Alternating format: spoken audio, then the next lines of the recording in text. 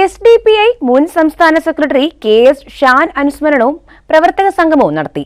സമ്മേളനം സംസ്ഥാന സെക്രട്ടേറിയറ്റ് അംഗം അൻസാരി ഏനാത്ത് ഉദ്ഘാടനം ചെയ്തു. SDPI കൊല്ലം മണ്ഡലം കമ്മിറ്റിയുടെ ആഭിമുഖ്യത്തിൽ സംസ്ഥാന സെക്രട്ടറിയായിരുന്ന KS ഷാൻ അനുസ്മരണവും പ്രവർത്തക സംഗമവും സംഘടിപ്പിച്ചു.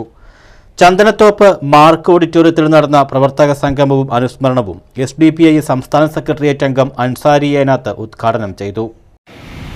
ഇന്നത്തെ ഇന്ത്യയിൽ നമ്മൾ കാണുന്ന സാഹചര്യമാണ് നമുക്കുള്ളത്. നമ്മെ സംബന്ധിച്ചിടത്തോളം പ്രതിപക്ഷമുക്ത ഭാരതം അതാണെന്ന് RSSും BJPയും കാണുന്നത്. SDPI മാത്രമല്ല വലിയ കൊടുക്കുന്നത്. അവരുടെ ആശയത്തോട് ഏകദേശം രൂപസാദൃശ്യമുള്ള AAPയുടെ 2 മന്ത്രിമാരിന്നും ജയിലിൽ കിടക്കുകയാണ്. കോൺഗ്രസിന്റെ പല ആളുകളും ജയിലിൽ കിടക്കുകയാണ്. അവരുടെ ഓഫീസുകൾ റെയ്ഡ് നടത്തുന്നു. പ്രതിപക്ഷത്തിന് ഒരുപാട് സാമൂഹിക പ്രവർത്തകർ കിടക്കുന്നു. മത രംഗങ്ങളിൽ പ്രവർത്തിക്കുന്നവർ കിടക്കുന്നു.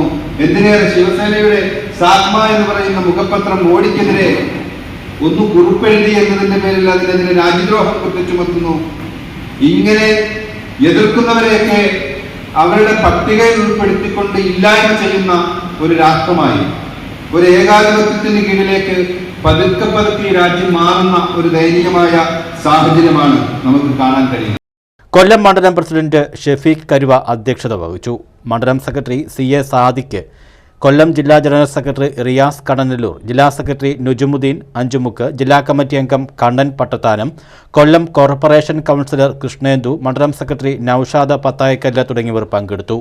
ന്യൂസ് ബ്യൂറോ, കൊല്ലം.